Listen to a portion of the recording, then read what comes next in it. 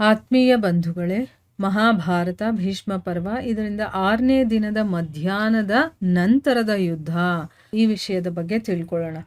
ಸಂಜಯ ಹೇಳ್ತಾನೆ, ಮಹಾರಾಜ, ಯಾವಾಗ ಸೂರ್ಯದೇವ ಆಕಾಶದ ಮಧ್ಯಭಾಗಕ್ಕೆ ಬರ್ತಾನೋ ಆಗ ರಾಜ ಯುಧಿಷ್ಠಿರ ಶ್ರುತಾಯುವನ್ನು ನೋಡಿ ಅವನ ಕಡೆಗೆ ತನ್ನ ಯುದ್ಧಗಳನ್ನು ನಡೆಸ್ತಾನೆ.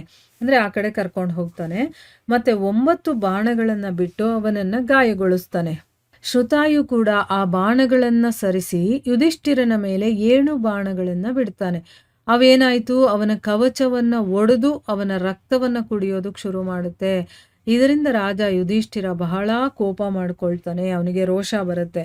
ಆ ಸಮಯದಲ್ಲಿ ಅವನ ಕೋಪವನ್ನು ನೋಡಿ ಎಲ್ಲ ಜೀವಿಗಳಿಗೆ ಹೇಗೆ ಅನ್ನಿಸ್ತಾ ಇತ್ತು ಅಂತಂದರೆ, ಅವನು 3 ಲೋಕಗಳನ್ನು ಕೂಡ ಭಸ್ಮ ಮಾಡಿಬಿಡ್ತಾನೇನೋ ಅನ್ನೋ ರೀತಿ ಅನ್ನಿಸ್ತಾ ಇತ್ತು.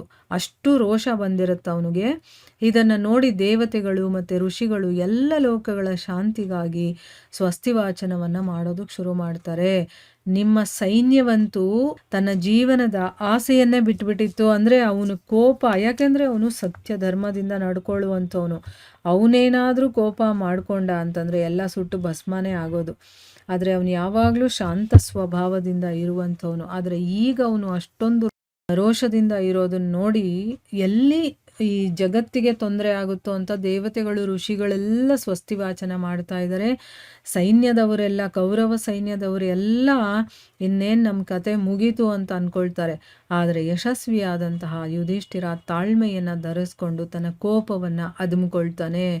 ನೋಡಿದ್ರೆ ಅವನ ಕೋಪಕ್ಕೆ ಎಷ್ಟು ಪವರ್ ಇದೆ ಅಂತಂದ್ಬಿಟ್ಟು ಅದು ಅವನಿಗೂ ಗೊತ್ತಿರುತ್ತೆ. ಅದಕ್ಕೋಸ್ಕರ ಈಗ ನಾನು ತಾಳ್ಮೆಯನ್ನು ಕಳ್ಕೊಂಡ್ರೆ ಇಡೀ ಜಗತ್ತಿಗೆ ತೊಂದರೆ ಆಗುತ್ತೆ ಅಂದ್ಬಿಟ್ಟು ತಕ್ಷಣ ತಾಳ್ಮೆ ತಂದ್ಕೊಂಡು ತನ್ನ ಕೋಪವನ್ನು ಅದುಮ್ಕೊಳ್ತಾನೆ. ಮತ್ತು ಶ್ರುತಾಯುವಿನ ಧನಸ್ಸನ್ನು ಕತ್ತರಿಸಿ ಅವನ ಎದೆಗೊಡಿತಾನೆ. ಆಮೇಲೆ ಬೇಗ ಅವನ ಸಾರಥಿ ಮತ್ತು ಕುದುರೆಗಳನ್ನು ಕೊಂದುಬಿಡ್ತಾನೆ.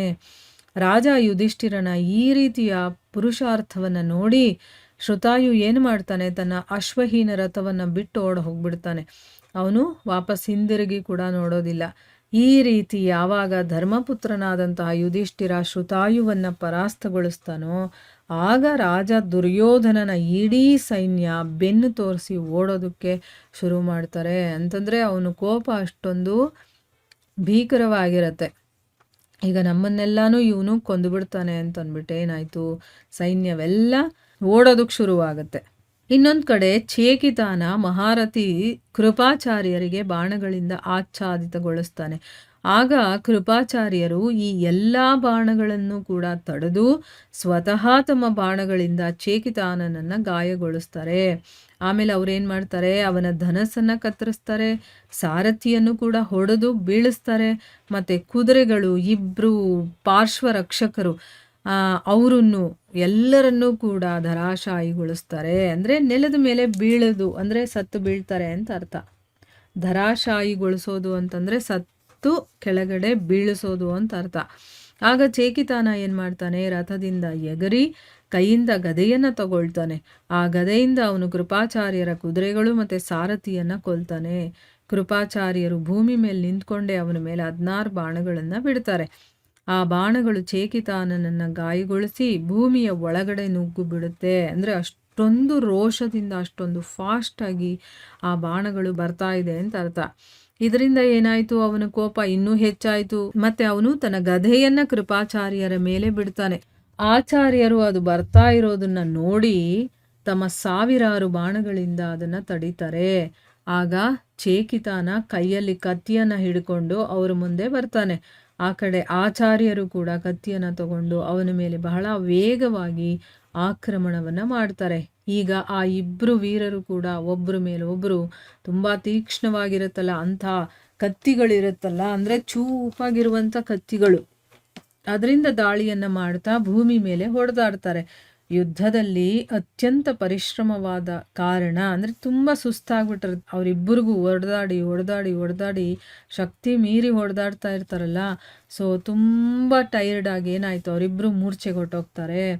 ಅಷ್ಟರಲ್ಲೇ ಸೌಹಾರ್ದವಶನಾಗಿ ಅಲ್ಲಿಗೆ ಕರಕರ್ಷ ಬರ್ತಾನೆ, ಓಡ್ ಬರ್ತಾನೆ.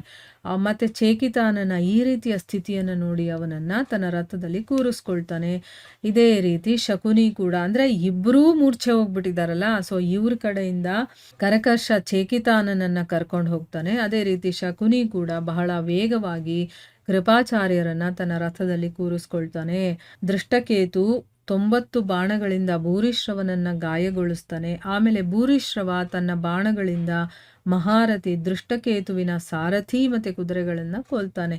ಆಗ ಮಹಾಮನನಾದಂತಹ ದೃಷ್ಟಕೇತು ಆ ರಥವನ್ನು ಬಿಟ್ಟು ಶತಾನೀಕನ ರಥದ ಮೇಲೆ ಹತ್ತುತ್ತಾನೆ. ಇದೇ ಸಮಯಕ್ಕೆ ಚಿತ್ರಸೇನ, ವಿಕರ್ಣ, ದುರ್ಮರ್ಷಣ ಅಭಿಮನ್ಯು ಮೇಲೆ ದಾಳಿ ಮಾಡ್ತಾನೆ. ಅಭಿಮನ್ಯುವಿನ ಮೇಲೆ ದಾಳಿ ಮಾಡ್ತಾನೆ. ಅಭಿಮನ್ಯು ಏನ್ ಮಾಡ್ತಾನೆ, ನಿಮ್ಮೆಲ್ಲ ಮಕ್ಕಳನ್ನು ಕೂಡ ರಥಹೀನರನ್ನಾಗಿ ಏನೋ ಮಾಡಿಬಿಟ್ಟ. ಆದರೆ ಭೀಮಸೇನನ ಪ್ರತಿಜ್ಞೆಯನ್ನ ನೆನಪಿಸ್ಕೊಂಡು ಅವರನ್ನು ಅವನು ವಧಿಸ್ಲಿಲ್ಲ. ಯಾಕಂದರೆ ಅವನೇ ಇವರನ್ನೆಲ್ಲ ಕೊಂದು ಬಿಡ್ಬೋದಾಗಿತ್ತು, ಅಷ್ಟು ಶಕ್ತಿಶಾಲಿ ಅವನು. ಆದರೆ ಭೀಮ ಹೇಳಿರ್ತಾನಲ್ಲ, ಇವರ 100 ಮಕ್ಕಳನ್ನು ಕೂಡ ನಾನೇ ಕೊಲ್ಲಬೇಕು ಅಂತಂದ್ಬಿಟ್ಟು ಆ ಒಂದು ಪ್ರತಿಜ್ಞೆಯನ್ನು ನೆನಪಿಸ್ಕೊಂಡು ಅವರನ್ನು ವಧಿಸ್ಲಿಲ್ಲ. ಆಮೇಲೆ ಸೇನೆಯ ಸಹಿತ ಪಿತಾಮಹ ಭೀಷ್ಮರು ಒಬ್ಬನೇ ಬಾಲಕ ಅಭಿಮನ್ಯುವಿನ ಕಡೆ ಹೋಗ್ತಾ ಇದ್ದದ್ದನ್ನು ನೋಡಿ ಅರ್ಜುನ ಶ್ರೀಕೃಷ್ಣನಿಗೆ ಹೇಳ್ತಾನೆ, ಋಷಿಕೇಶನೇ, ಯಾವ ಕಡೆ ಬಹಳ ರಥಗಳು ಕಾಣಿಸ್ತಾ ಇದೆಯೋ ಆ ಕಡೆ ನೀವು ಕುದುರೆಗಳನ್ನು ಓಡಿಸಿ ಅಂತಂದ್ಬಿಟ್ಟು ಹೇಳ್ತಾನೆ.